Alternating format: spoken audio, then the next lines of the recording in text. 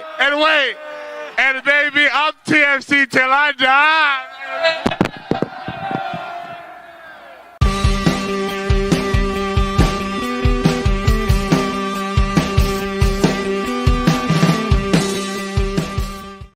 Welcome back to Toronto Till I Die, the Toronto FC fan show. I'm Mike Newell, and it seems like things are sliding away from your Reds as Toronto FC are now winless in over a month after a lifeless performance in New Jersey. We'll talk about another heavy defeat at the hands of Red Bull New York this past weekend. We'll ask the question, is it time for the fans to get back to panic stations after the vibe started so well this season? And we will get your feedback on how this stretch is going. We'll also have a Herds the Word for you and plenty more. A lot to talk about. Let's bring in Jeffrey P. Nesker, my co-host. It's a duo today. It's a duo. On today's TTID. It's a duo. We get to fill up all the air times with our dulcet tones, and we don't have to worry about Michael singing us. Man, did we lose Turts? Another week, another loss. LOL. Like I don't know if I can handle losing Turts. Lunch is looking good. I like caprese salad there, Turts. I don't know if I can handle that. And the only thing that was going through my head when I was watching, the Josie I'm TFC until I die was, are we TFC until they kill us, until they actually murder our souls? That's how we die. Because it kind of feels that way. Yeah. What are you gonna do? Oh, thanks, Calcio Aculo. We're the dynamic duo, according to them, which is fantastic. And Turts is saying we're still gonna get to fourth, which would be hilarious. I forget who responded to. I don't even remember what the tweet was. It was just me, roundabout complaining about the situation, and somebody responded over the weekend. I said at the beginning of the season that TFC were going to be utter crap, or they were going to impress us. I didn't expect them to do both so quickly. Impressively be crap. And my retort was, that's what's called getting your money's worth. So at the very least, it's been a chock-a-block exciting bit of soccer fun with this club we love, and I guess we gotta go with it. Yeah, it's incredible. Like I tweeted out Saturday date night with my wife, so I did not watch the game live. Apparently everybody's telling me I didn't miss much. I did watch rewatch it mostly on Sunday, and man, I kind of wish I didn't. It's just sometimes, look, we do this show and we love this club and we want to bring you guys content and we want to talk about our club, but there are some weeks where they just play and you're like, I don't know why I bothered doing this. And in a lot of ways, I don't know. This was the 1 week so far this year where I came in and Saturday's going to feel like a game. They're just not, they don't have it right now. And it was proven right. I mean, I just don't think, I don't know. This team is kind of out of answers. And in a lot of ways, it's just simply down to, I don't know, maybe down to the fact that this not enough quality, right? Not enough quality on the pitch. And look, some of it is international absences, and you can't legislate for that. And yes, there are injuries. Of course, we've talked about all of these talking points before. But at a certain point, there is just, you may just not have enough quality to get you over the line. Occam's and now razor. You're looking at you're looking at a team that in a month has gone from 3rd to 8th in the East, and watching teams start to sort of leapfrog them a bit. And look, not the end of the world. The season's not over. I don't think the sky is falling by any means, but no, there is pause for concern here. No, am I way off base? No, you're not way off base, but I mean, we were lucky enough to watch that. I mean, I don't know if you watched it. You were probably a lot busier than I was today, but we had insight into real soccer heartbreak this afternoon with the Croatia-Italy Euro game. We ain't there. We ain't there. So, take some comfort that, this game is a lot crueler than it has been to us.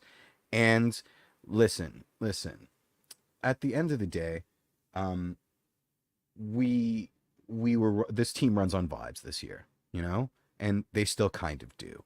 And I think maybe our evolution as pundits on the back of, you know, a slippery slide or whatever you called it, slip, slide in a way, is to not overanalyze it like you're trying to do right now, which is just to simply say there's a lack of quality.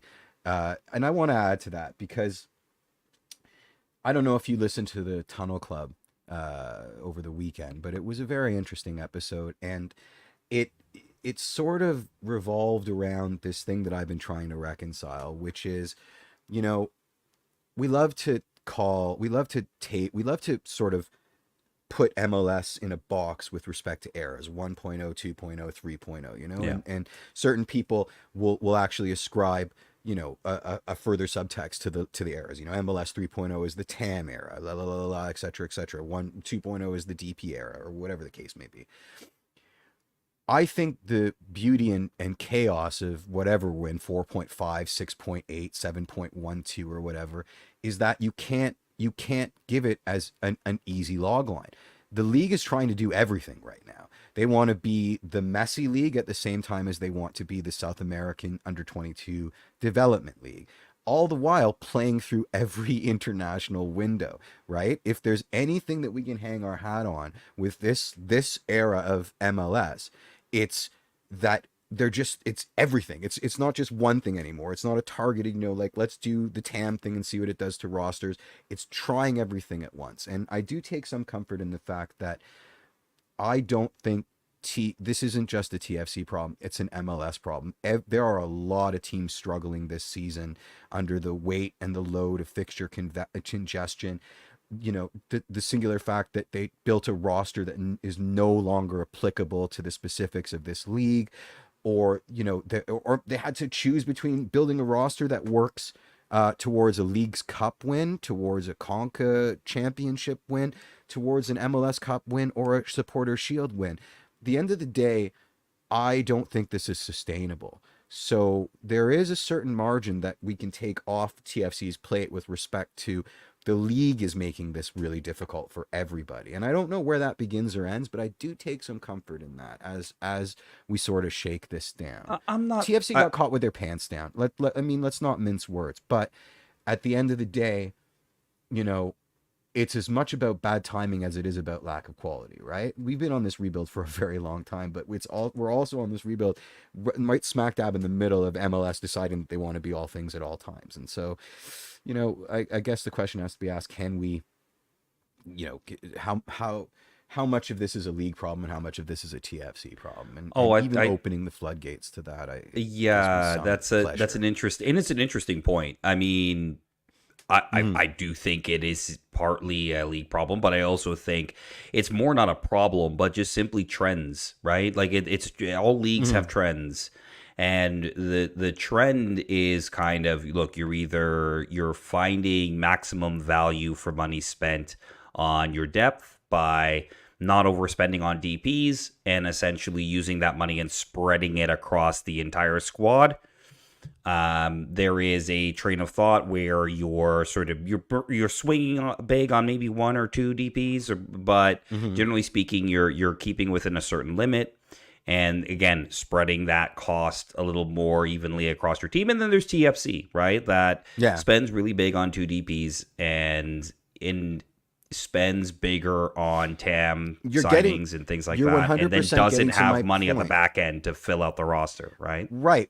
And what's important about what you just said is that we're not naming names with the DPs. It's simply an act of spending really big on two DPs and not balancing out the budget, right? There's no personalities involved in that equation. It doesn't matter who the people are in that equation. It's simply that's not necessarily a good thing to do anymore, and it's been proven out over the last couple of years, right? Yeah, regardless of the on-field performance. And you know, the beautiful thing about MLS, and I don't think the league has lost that yet, and Tertz brings it up, is, you know, we haven't won in 6, but we're still in 8th.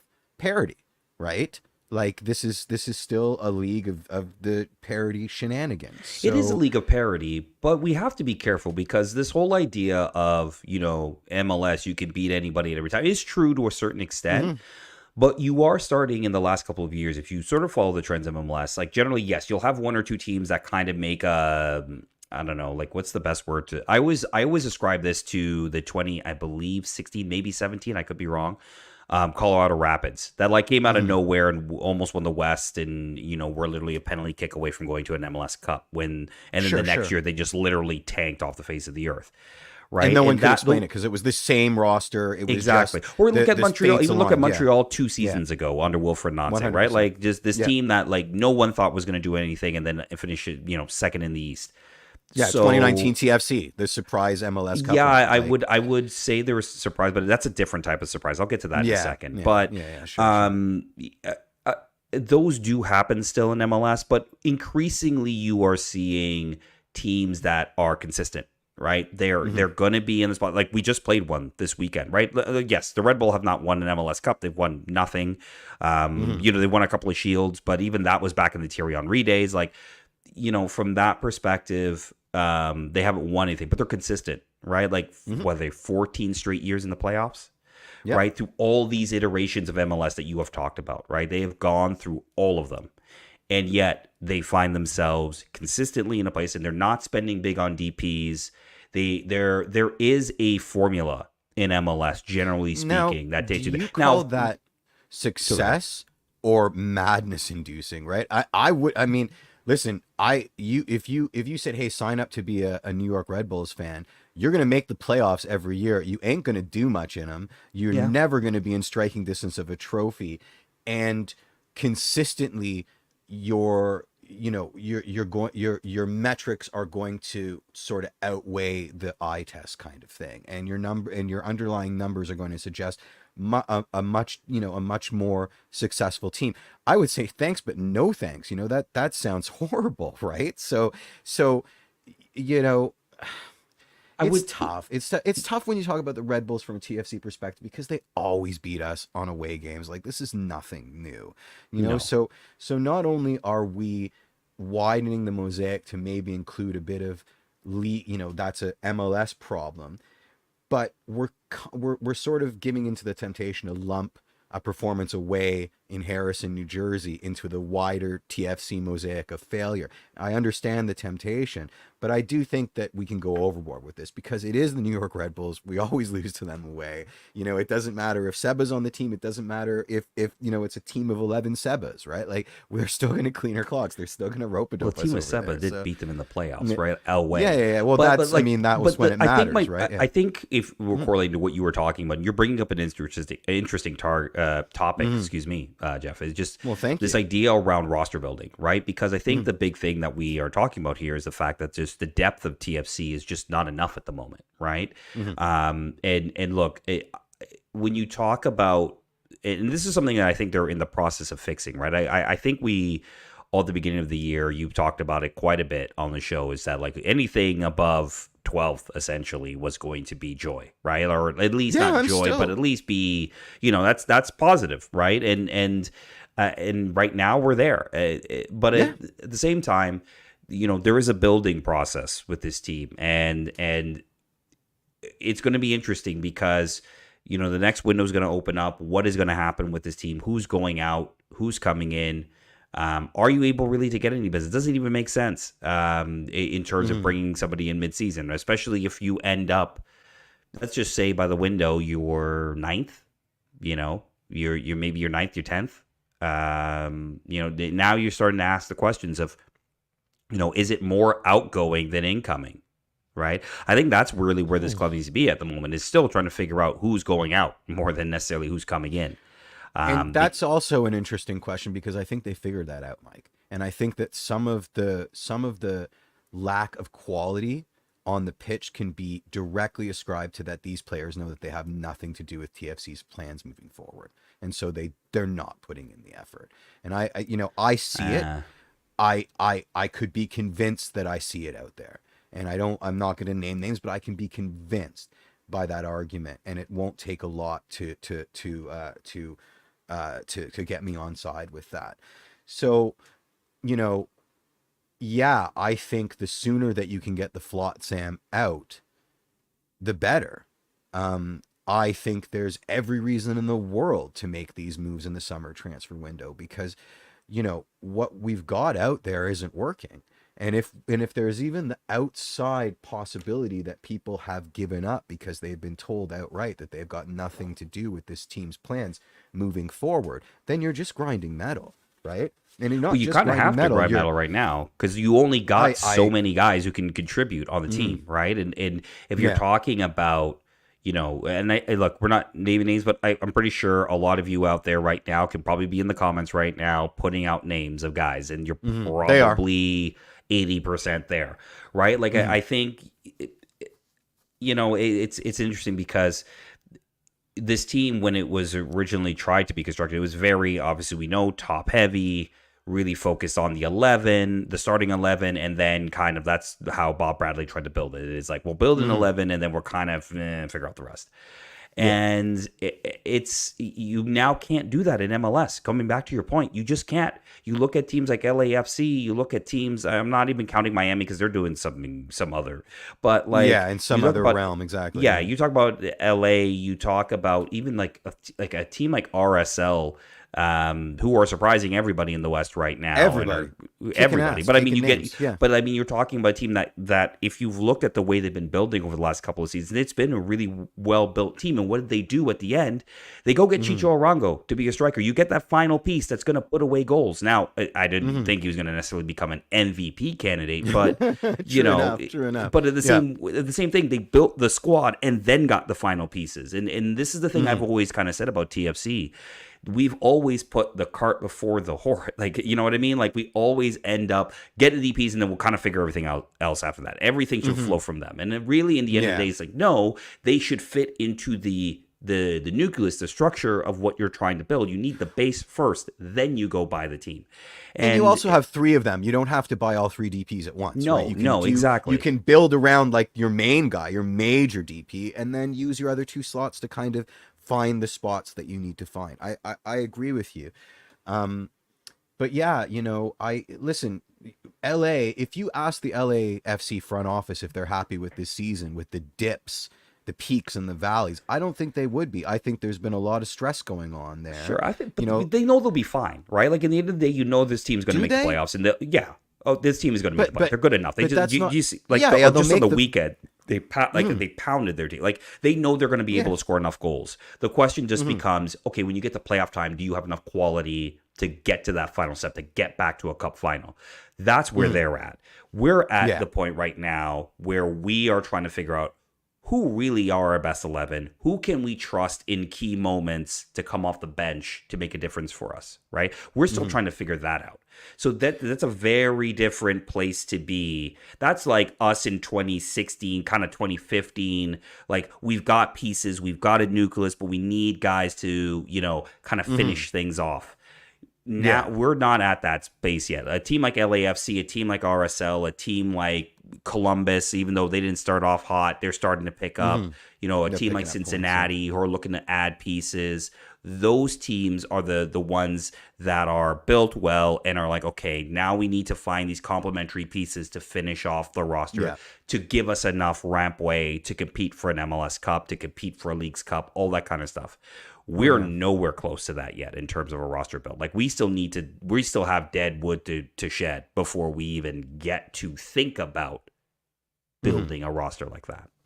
Yeah, absolutely. Yeah, and I'm sorry to be the downer for everybody, but like that's kind of where we're at. And like, a question for you, Jeff. Then, go.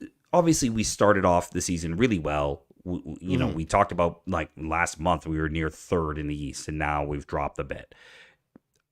And again, we don't want to overanalyze. You're right. It was a bad result in New York. It's been a run of bad results. And Mike Singh brought this up last week. Was that a mirage? Was that to start a mirage? Was it just a run of teams that were shorthanded and we were just able to beat them, or was that more like what we could be at our best level? No, it's a little bit of what Singh was stressing right from the get-go, which is our schedule was very, very easy to start, right? So we had that. That's item A. Item B, and I firmly believe this, we we were a forgotten side. So teams that were playing against us had penciled in absolute weak sauce, and the fact that there was any fight was a surprise. And I said it last week to much fanfare. I do think that they let Lorenzo play a lot more because they had given up on him. They figured give him all the space he needs, he's going to do nothing, and then got mollywopped by moments of individual brilliance. So I think there were a lot of things that were working in our benefit. I'm remiss to say it's the John Herdman effect and now it's wearing off, although I do think there's some of that going on here as well. It was the perfect storm. It was the perfect storm of a light schedule.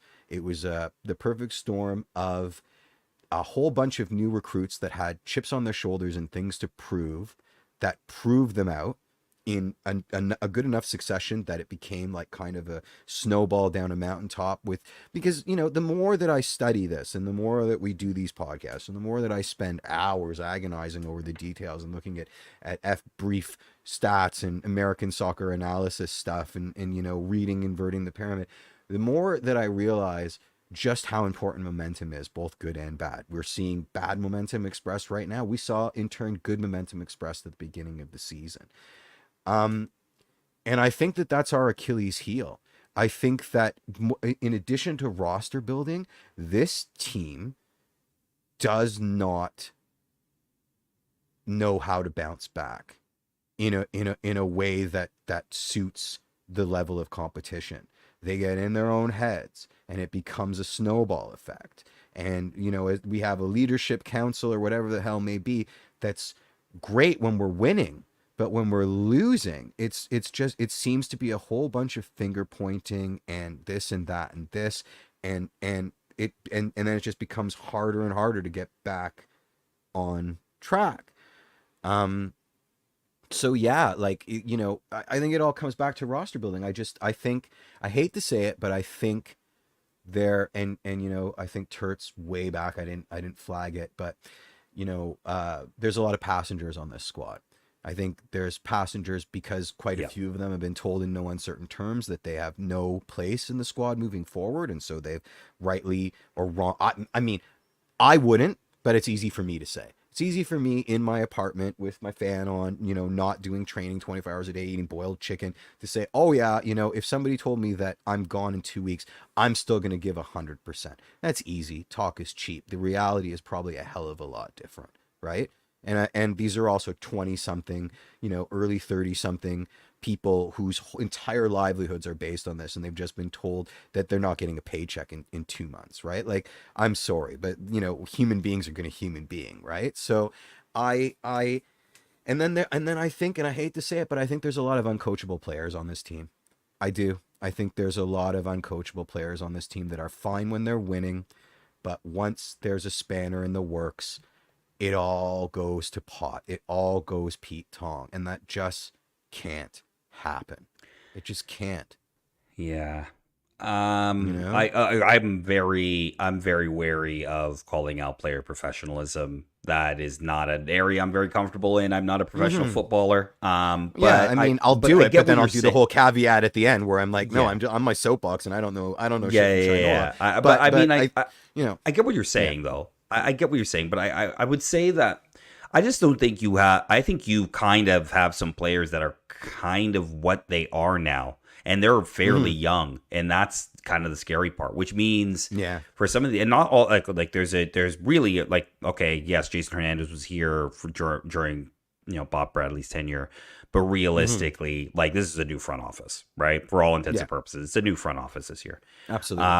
And some of those signings prior to him taking the full reign and having Sean Rubio, I mean, like we pick on him all the time. I really feel bad on doing it, but Ame Bika is what Ame Bika is. Now, granted, okay, yes, he is the fourth string. Like he wouldn't play if you didn't have injuries.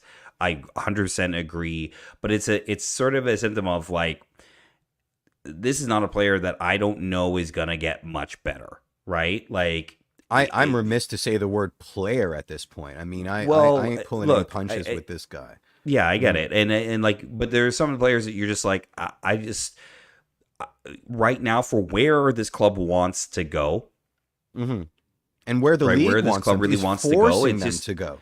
Yeah, there's just some places just not it yet. And you know, you're Mm-hmm. looking at, you know, like a Cash Mailula has been a disappointment, I think, in a lot of different 100%. ways. You know, and Hate to is say that it, 100%. entirely his fault? I don't know. Mm-hmm. You know, I'm not in training every day, so I can't tell you. You know, I think in a lot of ways, like, you know, you look at some of the, and again, we're picking on guys who are not, you know, you're not asking them to be stars, right? You're not asking them to be stars. But We'll the get to league them in a is second. the league is forcing our hand. The league is creating catch-22s on top of catch-22s. I don't know right? about that though. I don't think so. I really don't agree with it because I think we've put ourselves in the zone. We painted ourselves in the zone corner, right? Like if you No, but the start league- building a roster, how MLS teams build rosters, right? In the sense that you start looking at value signings that are proven, right? Like that are proven in a different league or proven within MLS. And you start building that kind of nucleus. Like you don't paint yourself in these corners where you've allocated so much of your budget to the top end of your roster. That is aging for the most part, right? 100%. But that's one extreme. Yeah. But we are that one extreme, though. That's the thing. I agree. But I think this idea, because people are saying it in the chat, and you prefaced it, right? You know, 4th, 6th, 5th center back on the roster, right? What's most attractive about that player is the bottom line, right? Is that they're not taking position. And that's what I mean. This is the catch-22 that MLS is putting us into, right? By the virtue of the salary cap and limiting spending, they create a situation where that depth has to be of a certain caliber, and unless you win the lottery, unless you find the unicorn, you have to be okay with mediocre. But when you're playing through international breaks and fixture congestion and everybody's getting injured and this and that and this, you're eventually going to lean on these depth pieces a lot more than their bottom line suggests you would, right? So what's the smart play? Saving money or going hog wild? And you can't. So it's this feedback loop. Do you know what I mean? Where no, it's I like, 100% agree. Well, but I think of course he's not. You know, what's his name? Dutch defender, the best in the world, Virgil van Dijk. Oh, Van Dijk, of course, Amy Viga is not Virgil van Dijk, but the sort of specifics of MLS kind of demand that you go out and you find a Virgil van Dijk that you're going to pay $30,000 a year to, which is insanity, right? And it's yes. You know, yeah, it is insanity. Yeah, but it's insanity. Sorry. Yeah, but I think my point is that really for the future of Toronto FC, right, and to start to get this roster built in the right way, you have to look. I don't know. I struggle with it because part of me is like, listen, I wouldn't want to be like. Don't get me wrong. Like, look, the Whitecaps are doing great and they're fine and they're doing well in the standings. But I would rather be a team that goes and swings sometimes for big DPs and try to always 100%. Play it safe, and try to always have to. I love that about us. Yeah, and always have to every signing has to hit, because if every signing doesn't hit and you don't have a difference maker like that, you're screwed, right? Yeah. But there has to be some kind of balance for TFC, because I don't think you can now again. The board cut the budget. We all know this. Sure. So that changes things, and I get that. But I also think that there are teams in this league that strike the good balance, who strike a balance between finding good designated players that are going to contribute and going to be good sort of, I don't want to say good citizens. I hate making players be good citizens. You can say it because you're good orbiting around the obvious right now, and I'm I'm going there, and then I'm gonna scratch that edge. Because do you think we always see TFC's pocketbook as a strength, and I think it's a strength. It is, but I would wisely venture that 50% of the teams that you've got in your head where you're saying they spend wisely, they can't afford an Insigne or a Bernadeschi. No, they simply can't. Very few can. So it's not even in the calculus to go looking. So is TFC's blessing also a curse? I think everything is. I hate thinking binary, but put in this context, 100%. The fact that we can throw money anywhere is wonderful as often as it isn't. And just quickly, we'll actually answer that, and then we'll move on to Luis Reyes's okay.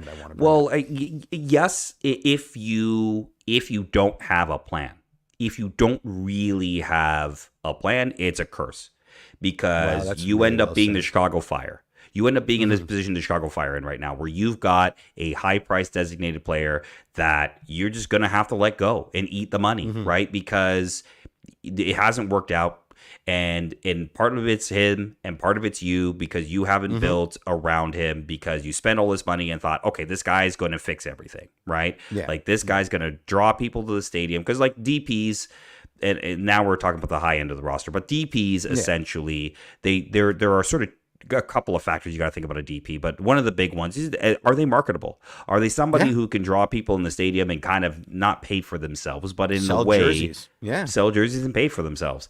And that's a part of the calculus, and that sometimes 100%. That part of the calculus does not match the footballing calculus, right? 100%. You bring in a player that can fill seats and is a name and everybody likes, but does not fit how you want to play football. And I think for us, it worked. It worked to be perfectly honest, I think we kind of got lucky in in the golden era, right? Of course we did. In a sense that Victor Vasquez on TAM. Well, yeah. Well, Victor Vasquez on TAM. I also think you did again put the cart a little bit before the horse. However, there was still a nucleus of key contributors on the team that were MLS standard, that could compete week in, week out, and then you go get Giovinco and you go get Altidore, and things sort of take off from there, right? Yeah. And actually, James makes a good analogy about Pause too, because getting Pause in 2019 turned a lot of things around for that team, because they needed somebody like him. But I don't know if it was a great deal. Remember how the backflips that our front office had to do to secure Pozuelo? Sure. Remember, but again, that's the advantage of money. I mean, remember the hanging him, the Genk fans hanging him in effigy. Yeah, but that was the advantage of deal money in the world. That's the advantage of money. That's when the money works for you. That's when the money is good for you, because you're able to go out, if you have a plan, and if you have a core of guys on the team that can compete, and you need that player that can just make the difference between you 100%. Being an all right team that kind of, maybe hovers around the last playoff spots, to a team that can make a run like they did, right? They don't make that run without Pozuelo, simply put. Simply put, 100%. So that's where the money helps you. The money doesn't help you when you end up having no plan and you're signing Torsten Frings and Julian de Guzman and Mista and all these guys. Of course I'm going back to the dark days, but that's what TFC was. We would just throw money at things and think it would work. And that's 100%. And we're not there right now, but look, the two DPs we signed are I've always said it, they're world-class players. I know James is yelling about Soteldo. Yes, okay, Soteldo, but he wasn't like, what is he? What money. James? What are you? I mean, I love a good Soteldo roast, but I don't know what he's. But we'll get he'll respond. Yeah. But the whole point is that these guys were world-class footballers, and on their own, individually, great, but they don't fit they didn't fit the football. They didn't fit the football. We tried to make the football fit them. We tried to make everything fit around them, and it just doesn't work in MLS like that anymore. It really doesn't. And you get exposed pretty quickly when you are kind of putting paint over the cracks, when you're using the DPs to paint over cracks in your team. It just it doesn't work. Very, very rarely works in MLS anymore. Yeah. Or it works for a time. Yes. Which is kind of what you may get away with. You get moments of magic. Yeah, and you get away with it for a bit. But eventually, works for a time. Yeah, and that's the thing about this league. I think there are still some in this league that think I can go out and get 2 or 3 really good South American or European players, and we'll just not dominate the league, but we'll make the playoffs. There's no problem. Yeah, and that's just not how MLS works anymore, right? It's not the top. It's still not a top. Tennis play, but maybe he's not top 10 in the league in the world yet. But on a week by week basis, if you're not building your roster smart, if you're not finding ways to maximize, value in certain areas, if you're overspending on the top end of your roster and not worrying about the back end and finding MLS quality that can compete a week in, week out, and like you said, not quit and not kind of, drop shoulders when things go bad for a couple of weeks, man, you're San Jose. You're San Jose. You're the San Jose Earthquakes. And right now we're closer to being the San Jose Earthquakes than anything else. 100%. So let me scroll back, although I think I started. Yeah. Luis Riaz, and this is way back. This is almost 20 minutes ago now. And so the chat has kind of jumped on it, but just got to admit that the TFC front office is really sketchy at evaluating players. This office, I vehemently disagree. Yes. I vehemently disagree. I think the lion's share of our recruitment has been bang on this season. I just think, like let's take Davy Flores, for example, right?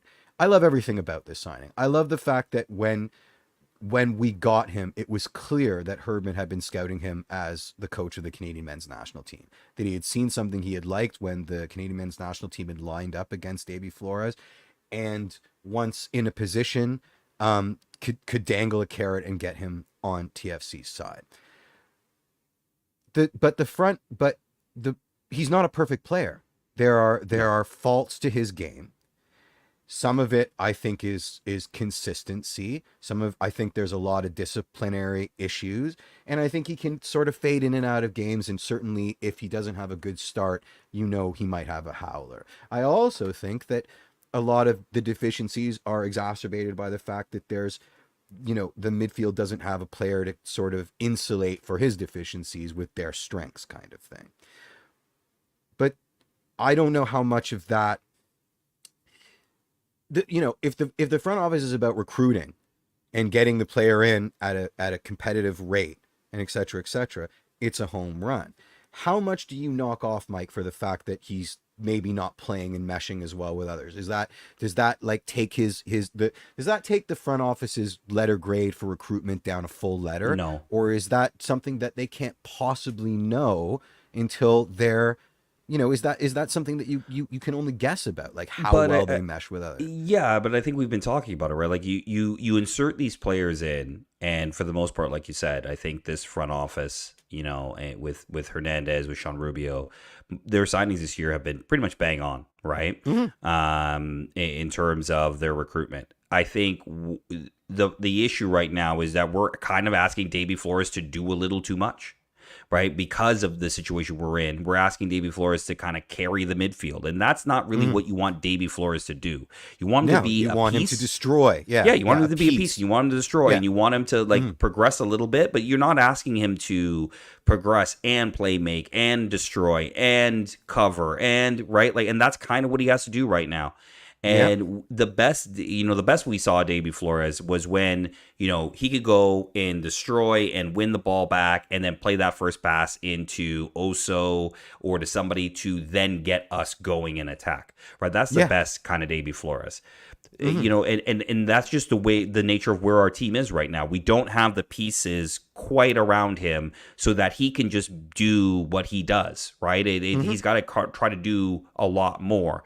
And I think that's where, this team over time, as it tries to build and players ship out and players come in, that's the things that this team needs to focus on again in terms of building. I think he could be there's players on this team right now. If I look at this roster currently, there are players that are, I would call them core players, like guys you keep as a nucleus and he's build one of them. Around. And he's one of them, 100%. And he's one of them. And it's his first year with the club, and the club's in chaos right now. I mean, that can't not be a positive, right? No, it is a positive, 100%. Yeah, he's a core player. We talked about Cuello last week. We sometimes lament his bad decision making, but he's probably now a core player. Like, he's a core player you build around it, whether he's a starter or first person off the bench. Core player, right? Oso's still a core player. Let's just be 100%. Real about that. You're probably Spicer's still looking at player. Yeah, you're probably still looking at somebody like Kevin Long, core player at his age. Yeah, maybe. Nixon Gomes, probably a fringe core player. In terms of somebody again, a team, player. Somebody I love him. I love him. Somebody Sometimes you build he makes around. Me mental, but I mean, he's a great defender. You're not going to be perfect every day. Like, exactly. I'm sorry. You're just, Tyrese Spicer is now a core player on this team, I think, when he's healthy. And then you're probably, you're thinking about one of Kobe or Shaquille, from that perspective. And that's and then Luka Gavrin in terms of building out forward. That's the core kind of group of players. I'm probably missing a few that Jason Hernandez would probably just be like, Mike, you're missing like 3 other guys. Yeah, you're missing Matty Longstaff.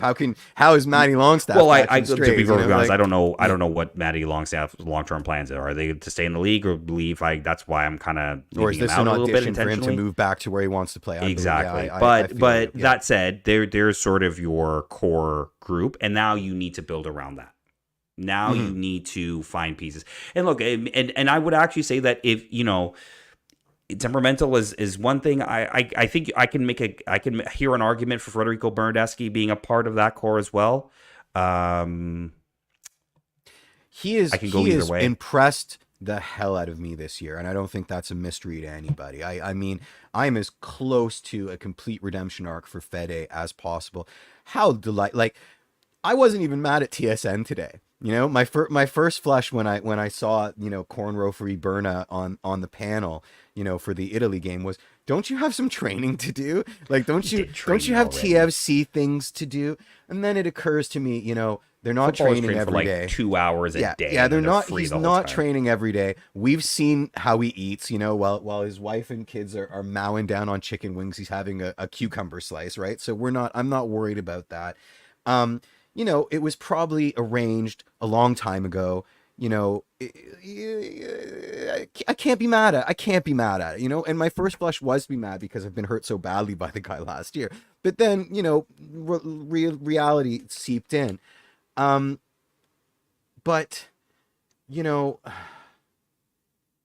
I'm going to bring up 2 quotes that I starred. Not this one actually, but that was a good one. Sorry, but so the first one was, here it is. Aaron Ginsberg brought this up maybe 5 minutes ago, and it is, they went out and got the discount version of the players we actually needed. Of course they did. We don't have money to get the top line 10 out of 10 versions of the players that we were getting, and I think I don't. Do you disagree with that point? It looks like you do. To a certain extent, yes, I disagree with that. I think again, this goes to where you are at the time in terms of your roster and where MLS is. Like, I mean, how many people do we see calling for? We should replace him with Haaland. Well, okay, in our dreams, right? Maybe I know, right? I think they did a great look. I think they did a great job. I think Davy Flores is again really, really great. A core piece you could build around, but it's a piece. It's not that's not the final form, right? He's a piece within the whole. The whole machine, right? Kevin Long, to a certain extent, is my favorite 6 in the league. My favorite 6 in the league. I love Darlington Nagbe to death. On a good day, I kind of prefer him to prime Michael Bradley. I love what Darlington Nagbe does in the midfield as a 6, right? I don't think Darlington Nagbe would outclass Davy Flores being asked to do what Davy Flores is doing if they were reversed. I think he'd be found out just as often as Davy. He's not as physical. He's not as exactly. physical. It's a difference, right? Yeah. But they're different types of players. Like that's what I mean. You need that physical player. You also need that silky player. I think that could be Alonso Cuello at some point. He's got to develop a bit more. But I mean, Kevin Long has been found. Week. Yeah, and I think you have another quote here from Luis. But if you want to bring it up, but I think this is kind of thing. Well, I'll let you finish your thought first because so Kevin, you see this a lot, Kevin right? Long. Yeah, people have been talking about Kevin Long and why is he gone from leading the league in clearances and being a defensive rock to it's night and day. Well, one, you have to understand one thing about Kevin Long is that he hadn't played in a while when we signed him. So this is probably the most games in a row that he's played in nearly 18 months. And then the second is he's getting found out a little bit. The league is this league ain't dumb. It's seen scouting reports on him, and they know if you want to beat him, a lot of film. There's film, get pace on him, and make him make decisions. Right, make him make quick decisions. That aren't head the ball away or punt it away. Right, if he's got to put the ball to his feet and try to make passes out of the back. it's going to he's be a okay at deer it. out That's there. not his strong suit, right? That's not the thing you sign Kevin Long to do. And the funny league's thing figuring is that that out. they're doing that, and they're not beating him for pace, which is every Birmingham City fan in the universe when we signed him said, you got to watch out. He's as fast as a bus. And that's not happening. The more advanced technical undoing is happening, which is an interesting wrinkle. You sort of answered my question. I don't want to harp on Ginsburg, although now he's saying Flores and Long would be wonderful subs, and I disagree with that completely. But we see this so often, this idea that TFC got the sort of wish.com version of the player that they should have gotten. And I think that's so arrogant. Like MLS, I disagree with you. I do think we're in the top 10 leagues, just simply by the virtue of the fact that Messi's playing with us now. That can't be ignored, right? Whether that's a good thing or a bad thing is not part of my calculus, but I do think we're in the top 10. But the reality of MLS, and this gets right back to this, what we're talking about, this sort of catch-22, this sort of schizophrenic nature of the league that we love so much, right? Like, these teams can't, listen, you can buy a Bernadeschi, but you can't buy two Bernadeschi's, right? You can, or let's say Insigne. You can buy an Insigne, but you can't buy two Insigne. You know what I mean? So this idea, well, you can. It's just gonna screw you in the long run. I mean, if you did, but we kind of did. Like we kind of did. Like I know we're not paying Bernadeschi the same type of money, but like on the cap, they all count the same. I'm really not making my point very well. But this idea that we could get better, with the name guy, I think is an old MLS attitude. I think is sacrosanct to how teams are building right now. You know what I mean? I think the Davy Flores signings is legitimately a smarter, more clever way to build a roster than going for the Luka Modric. You know what I mean? Or I'm trying to find a six that isn't Darlington Nagbe, and I'm straight out of ideas because I'm losing my mind. Right now. I would love N'Golo Kante in this league. I love N'Golo Kante as a TFC player. I've been calling for him for 3 years. But you're not, you know what I mean? Like you're not getting him. You're so like it's. I mean, he drives a beat up Mini. You could probably convince N'Golo Kante to come, but he will be 38 years old, and that might be. Nah, he's never leaving Europe. He's too comfortable. Tony Cruz, he's a family guy. He doesn't want to leave. But I mean, we're never getting Kroos. You know what I mean? And then as soon as that came out of my mouth, I'm like, never say never. We might get him, but he could be 38 years old. And then is he still the same player, right? Like, anyway, moving on. For the one that you wanted me to bring up, which is another Luis Reyes quote, which is, worried that the first quarter of the season was a sugar rush. Over the course of the season, the skill level of these recruits could be exposed. I think that's dangerously reductive. That doesn't factor in fatigue. And I think fatigue is a major aspect here.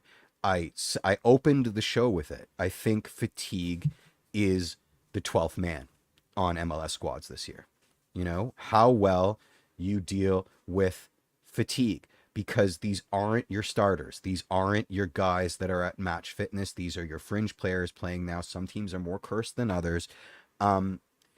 So you have to allow for fatigue, and you have to sort of open the Pandora's box of, our opponents fielding a squad that's had more game time together, has built more chemistry together, aren't necessarily roster spots 11 to 7,000. You know what I mean? All of these little things that are now suddenly becoming much more important in the context of this MLS season as a consequence of the shenanigans that are going on as mandated by the league. So, what was the direct quote? Skill level? I think it's both reductive and a conflation. Like is it fair to say that we've seen Alonso Cuejo, for example, ceiling as a player skill wise? No. Is it fair to say, maybe he's just really effing tired because these are more minutes than he's ever played in his professional career? And we should expect there to be he's playing more minutes, and he's playing he's being asked to do more than he's ever been asked to do, right? Like from that is just for a player like him, he's learning. For a player like who's more of a veteran, like a Davy Flores, or for a Kevin Long or Sigurd Rosted or Raul Petretta, you probably they are what they are. probably now, right? They are what they are. You know, they're not going to make leaps and bounds. Us. He keeps surprising us. You know, last season we thought we knew everything there was about Shane O'Neill, and then to open this season, we're like, oh my God, is he a wide attacking fullback? Like, still can't get over you know, that. Sometimes I think we're too quick to tie a bow on players, and because they're not the glitzy kind of name in lights, you know, because they didn't make noise in Europe and in you know the Turkish 7th division or whatever, we think that they're less than, and I think that that's on us, right? I think that that's on us. There are a million reasons why Alonso Cuejo, you know, isn't an Atletico Madrid player, and they're not all because his game is missing pieces. I'm sure some of it is, but it's also, you know, that's an incredibly competitive academy system on an incredibly competitive first team. You know, Victor Vasquez barely got a sniff at Barcelona. Some of it was injuries, and some of it was just bad timing, right? Like, so I do think it's dangerously reductive to say it's a skill issue, because that's sort of kneecapping these players that are on our club wearing the badge for a club that we love. Yeah, true to a certain extent. I also just think, you know, from a tactics perspective, I think John Herdman's been figured out a little bit, and he's been a little naive in some ways. This is a wonderful line of thinking, and I'm glad you went there. But I hate where we're going. Yeah. I mean, look, we know what he's going to do, generally speaking. So, you know, from that perspective, there is that. I won't dive too far into that. But, I mean, I think, you know, just to sort of put a bow on this whole roster building, you know, players and in depth in your team, this is just going to be an evolution, and that's something that TFC fans are going to have to ride the wave with. You know, the window's going to open in July. There will be moves in and out. And really, look, one win in 8 is not great. Okay, it is not great. The team is in a little bit of a slide. I don't think we're panic stations yet. I can understand why some of you might be feeling that way out there in TFC land. If you want to hit that panic button, you are free to go ahead and do so. I can't. But for my own mental health, there is no panic button this year. I've taken. There's a panic button for me.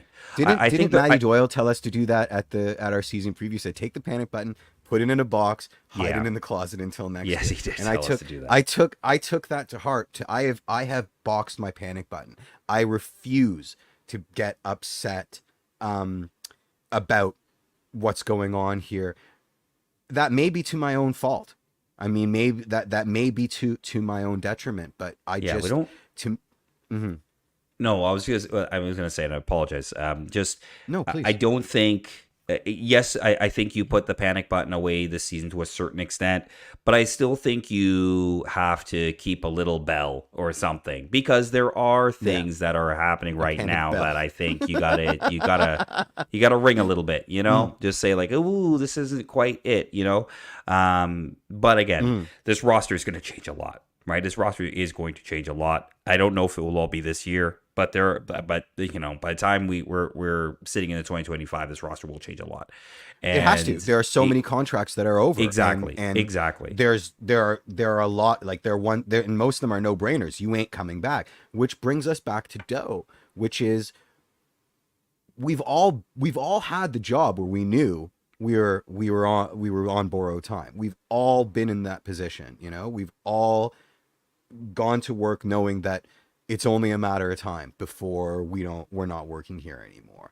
And I can sit here and pretend that I was giving 110%, but it would be an outright lie, you know? So why are footballers different? Like, why do they occupy this rarefied air where they're not human beings anymore? You know, to me, it's just such an easy thing to ascribe that the humanity of the situation, right? Like even if it's a restaurant shift, you know, I'm specifically thinking of one of my jobs where I was working as a server, and I knew, you know, that I'm not long for this world. Did I refill the drinks as quickly as I did the first month that I worked there?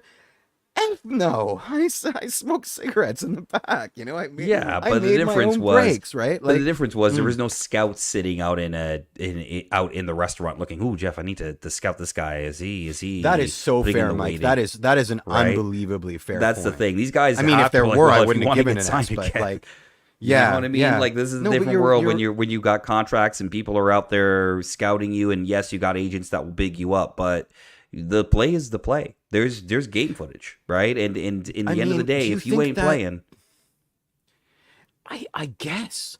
But what a tough ask of your mental health to compartmentalize it like that. That's football, man. That's pro sports. That is football. Yeah. That is it. That's the game, right? And that's. Look at Jonathan coming in with, oh my God, Jonathan, I love this. They're playing for their jobs, but not doing the best job at it. I think that's beautiful. I kind of want that on a t-shirt. That is really eloquently expressed. I will. And Alex is coming in 2023 PTSD though. And I think we have to have a spot on the bingo card for that. I mean, 100%. 100%.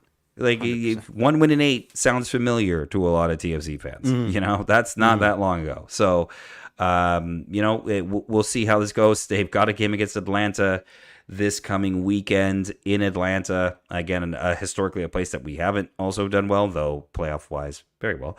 Very well. But this is the playoffs, and this is not 2019. You don't have to Nick DeLeon to bail you out. No, you don't. COVID denier. No, you don't. DeLeon. Do you want me to roll you got a Hurts word, the word, and then we can talk about what you don't want to talk about, which is the interesting point you raised about 5 minutes ago that I really want to scratch. So all right, go for it. Let's do that. Can I see that paper for a sec? Huh, that's odd. What are you talking about? Oh, have you not heard? Heard what? heard the word. heard the word. Don't you know about the herd? Surfing! Anything can happen in football these days. Yeah, obviously, well, we spoke to the team on the field. You know, we've had some harsh conversations in recent weeks. But tonight, you know, the conversation was out on the field in the huddle as we normally do. And, you know, a number of us spoke. You know, the key message, the guys didn't quit. It wasn't good enough. We know that. We keep shooting ourselves in the foot in key moments, at key stages in the game.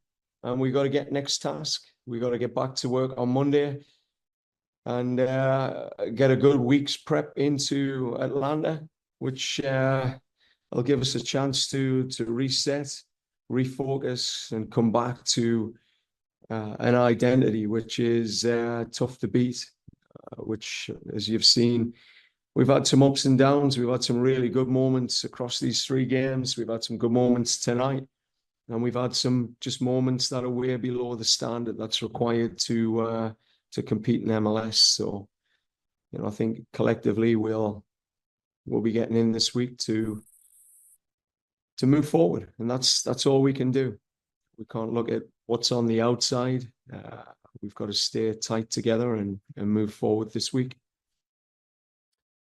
I'm going to open this one because this is what I'm doing this every week, right? And so I'm inclined to study John Herdman's pressers with a almost like a forensic knife. He's slipping a little bit in his language. In the beginning of the season, it was every sentence was the royal we, us, collective. You're hearing a lot of they now, and I don't think it's on purpose. I think it's by accident, and I think you're starting to see the stress manifest, right? You're starting to see this affect the gaffer in a way that he can't control, you know, because obviously, listen, this presser was late. I didn't add that part, but there was like some kind of fire alarm shenanigans. So they were all waiting for the Zoom call to happen. So the post-game presser wasn't instantaneous. And that makes this almost doubly alarming to me because this man is very, very, very deliberate and thought out. And you saw off the back of the last show we did where, you know, his hair was all unkempt and he was an angry little guy. The veneer is wearing off a little bit. And I think that's important to the evolution because you go into a job as in a leadership position, and you have a laundry list, the Ali Curtis binder, right? You've sat on your soapbox in isolation, and you've come up with a million different plans. But that's only to prepare you to roll with the punches, right? There's an old adage in my industry that you make a movie 3 times. Once when you write it, once when you shoot it, and once when you edit it. And if you're not fair to that process, you've got no business making a movie, right? So you cannot expect that to come in with your big binder of bright ideas and never have to adapt. The point of that binder is that when the S hits the fan, or when there's complications, you can it can be free jazz. You can jam, because you've got a roadmap that once you get back to some level of stability, that you can then start going back to your binder in some way, shape, and form. So when you mentioned that you think that that his tactics have been figured out, etc., ad infinitum, I don't disagree with you at all. Do you think it's a bridge? Do you think it's something that can be recovered from? Or do you think that we're beginning to see the wheels come off the bus? Yeah, that's a tough one. That's the question, I think.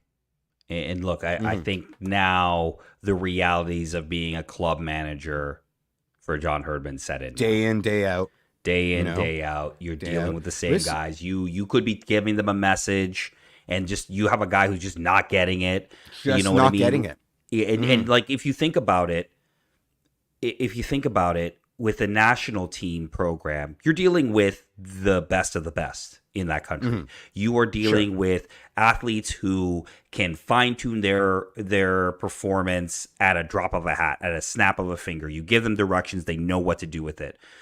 You're now in a club where some guys can do that, some guys kind of can do it in and out, inconsistent. I take issue with the absolute that you painted that, because when Herdman walked in, you had cliques like that. You had the Scotty Arfield group. Like there's still dissension, and I think with a national team, there's the extra added bonus where they go, well, you're not doing it like my coach, my real gaffer, my club gaffer does it. Like I prefer, my coach at Celtic, or my coach at Bayern, and you're not doing it his way, and I prefer his way. And that's something, a club coach that never has to deal with, right? So I think true. Yeah. Well, anyway, what I'm saying more is to just the on-field stuff. Like obviously the off-field stuff is one thing, but like on-field tactically, these are players that are fine-tuned to dealing with tactical changes, things like that. I think you would now, for John Herdman, it's going to be interesting to see what happens when you face this kind of adversity. This is a little bit different for him. Like not to say that he hasn't faced adversity before, that's just not true. But like generally speaking, when he jumps into a job, at least in Canadian soccer, he's been successful, wildly successful, and widely popular, and still is at TFC. I'm not saying he's not. No, of course. But I think it's one of those things where we're gonna find out a lot about this team. But I think we're gonna find out a lot in terms of the players. But I think we're gonna find out a lot about John Herdman. Like can he handle 1 in 8? What can he find a way to stop the bleeding? That is a big one, because I do think tactically, I don't know if figured out's the right word, but I do think that tactically teams have a general idea on how to play this team, right? You press that back line hard, you make them make the tough decisions, and they're going to turn the ball over, right? And it's not new for TFC. It's not new for TFC to not be able to play out of the back, not be able to handle pressure really well. This team, it can't do it. And you're talking about this weekend against the Red Bull. This is not the same manic Red Bull team that we played in the past. No, they're a lot more nuanced. They're a lot more nuanced, and they still gave them problems, right? From playing out of the back, right? So it will be interesting to see if he can make the change. I don't know. I think he can. Like I agree with some of the comments right now. They're saying that he'll figure it out. I agree. I think he will. But he's going to take some more lumps before he does, I think. I think it's going to be a longer journey than he expected and we expected, because this is what I keep going over to add to your differences, right? With the national team, they're playing for pride. They're playing for their country. They're playing for the experience. They're playing for the love of the game, right? It's much more of a money much more of a financial thing with club teams, especially in MLS, which has always wrestled with the retirement league tag, with the overpaying for talent tag. The other thing is, say Canada loses horrifically a game, or even a window where you've got, a week of games, right? Then you've got months to refocus. You've got months to step away, yourself and the players, get over that knee-jerk kind of negativity, take a breath, re-strategize, come back with another binder. You do not have that liberty when you're coaching a club team, right? And that, I think, is a much bigger deal than anybody anticipated, because it's all wine and roses when that momentum is working for you, but when it's working against you, I mean, I think when he was hired, wasn't that the thing? Like, he's not a club coach. But he said it with respect to the positive side of thing. I'm looking forward to seeing these guys every weekend as opposed to once every other week. It was never about, how am I going to deal with these people when we're on top of each other. And what we really need is distance, but we don't get to have it because this is a club team, right? I don't know if that entered into the calculus. I can't imagine it did. Whenever you start a job, you're not thinking about the shitty potential of it. You're thinking about how great it's going to be because of how prepared you are for it. So I have no qualms that he's going to figure it out. Will it be to the benefit of his career in the club is another question. It's another question. I don't think he's as tactically naive as people like to paint him. I think that he's got nous, and I think that he's adaptable.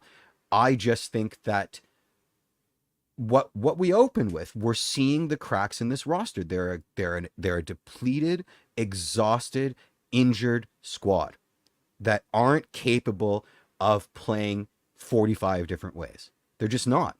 They're capable of playing 2 or 3 different ways. And what's worse is that, and what's really frustrating is that you can't keep switching it on a dime. You've got to create some sort of momentum. So, you can't just keep ducking and dashing, because then they don't know what they're doing out there. You know what I mean? Yeah. But you also don't want to be, Bob Bradley and just force a 4-3-3, like blunt force square peg round hole it. So you're left at this kind of impasse, and you don't have the pieces to do it. So I don't envy him at all. My worry is, he's a vibes guy, and there is a moment where there's a line in the sand that vibes just don't do it anymore, and vibes become annoying. When you're in a bad mood, the last thing you want to hear is Mr. or Mrs. Positivity, right? When you've already decided that things are crappy, the person that's like, no, turn that frown upside down, you want to throttle them. You know what I mean? And I'm just worried that if that tune doesn't change, and if, he doesn't start doling out tough love, that they're going to run roughshod off. Oh, I think no. I think he's doing that behind the scenes. Like, I think that is happening behind the scenes. I just think more from I think it's just more from a tactical perspective. And there's some comments here saying, like, generally speaking, he's sometimes asking players to do things that they're just not the best at doing, aka but you should playing always out of the do back that. And like, no, but true. True, but how like, do you improve if you don't ask the impossible, right? Agreed, but again, I think we also kind of said it, right? Like, some of these players that are asked to do some of the things they're not Alonzo Cuellar. They're not at an age where they're going to get better. They kind of are what they are. And Sigurd Rosted is what he is. Kevin Long is what he is, right? Like, playing Gozi Thompson as a center back, trying to get better passing out of the back. That's kind of the idea. But Cozy's been so impressive, man. He comes on with the bit in his teeth. He's so mad to be on the bench watching that crap on the field that whenever he comes on, he's just like, let me go. And I love it. I love it. But it's a lot. It's a lot to bite into. It really is. These are problems. These are there are challenges that John Herdman's going to have to deal with, right? And is dealing with at the moment. The question next becomes, can the team respond? Can he make the necessary changes to get the team back on the right track? Because, like you said, you're right. Vibes can only take you so far, right? And we've said this. And this is what I'm really worried about. Bob was a my way or the highway guy. And this is very similar. This is a very similar roster. It didn't work with the my way or the highway. The tough love didn't work. The daddy on the mountaintop, the general that leads from up top, with his deputies, didn't work for this team. So John was very clearly the general that leads in the troops into battle. He's right there on horseback with the guys. Bob was the dad. John is the best friend. So I'm worried that he's painted himself into a corner where he can't go as Bob Bradley as is required, because he already knows the effect it will have. He's worried that he's going to turn off these players and get them just shut off again. I think that's part of the calculus. He has his way of doling out that kind of be tough on players and things like that. There are some things from his time at the national team level, especially on the men's side at the end, that wasn't great. But like but at the same time, like I think I have confidence he can figure it out, but it will have to also come with a roster change, right? Like he's going to need better players to do some of the things that he wants to do. And that's it. Here's a really sideways question. It's public knowledge that at a certain point he told Mark Anthony Kaye that he was not in his plans anymore, that you're not playing for the national team under me anymore, right? Yeah. Do you think he could do that, even a tenth of that, to say Lorenzo Insigne, without turfing their relationship? No. Because I think it's built on a very precarious sort of, we're both going to give and take here. But I do think that it's a house of cards that can fall apart. And I do think that Herdman, more than, say, Lorenzo, is aware of that. Yeah, no, he can't. That factors into how far he can push. No, he can't. I mean, one, the form is good enough to keep them in the lineup at the moment. But even if it wasn't, I don't think realistically, no, because part of that is not even going to be fully his decision, right? You've got a general manager that had to take on this and a president who went out and signed and spent all his money, right? You don't want to be, as a president, you don't want to go to the board and say, hey, I've got $15 million sitting on the bench all the time, right? Because my coaches want to play him.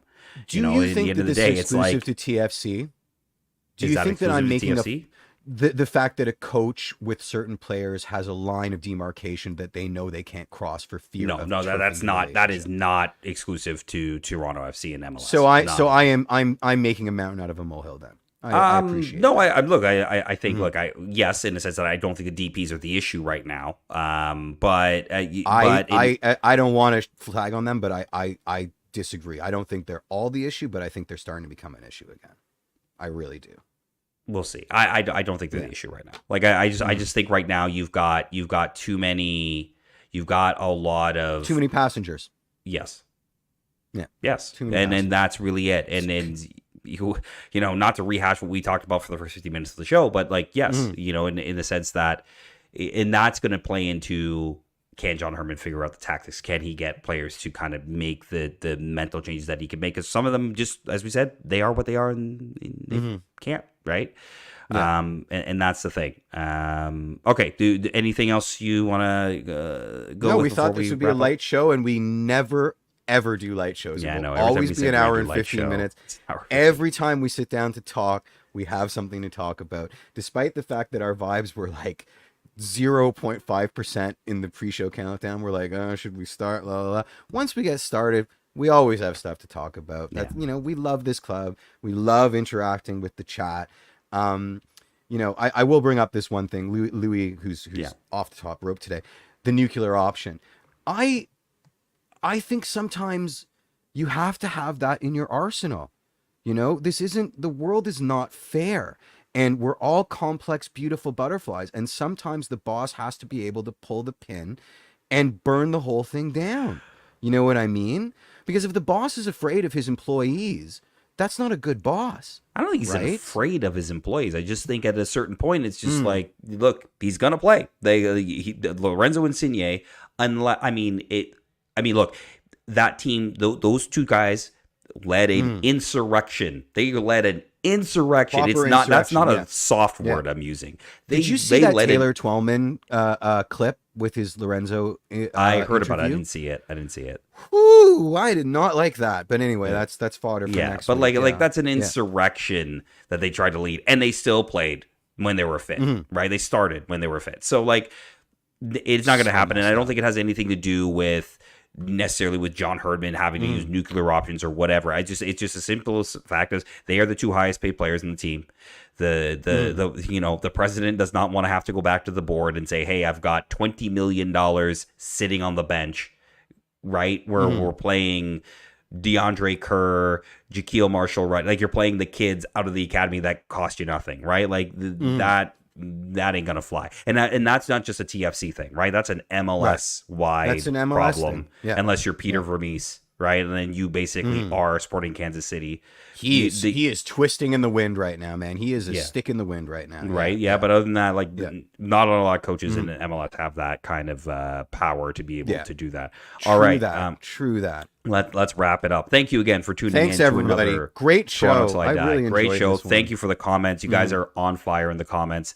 Follow us on all the socials. Search Toronto Till I Die. You can find us on the Twitter, on Instagram, wherever you get your pods. If you're listening to us on the podcast version, thank you so much for downloading. Wherever you get your podcasts, 5 stars and a review. We would love it. YouTube, I read every one of them. Yeah, I'll Jeff put them up. does read I'll every pin one them of to them. my X profile. Every one of them. I make some up. I need to get a new Apple ID so I can give myself a 5-star review. YouTube, give us a thumbs up. Leave us a review on YouTube as well. In the comments if you can. That would be awesome. For Jeffrey P. Nesker, I'm Mike Newell. We will see you next week. Cheers, everybody. Cheers. And of course. And wait. And baby, I'm TFC till I die.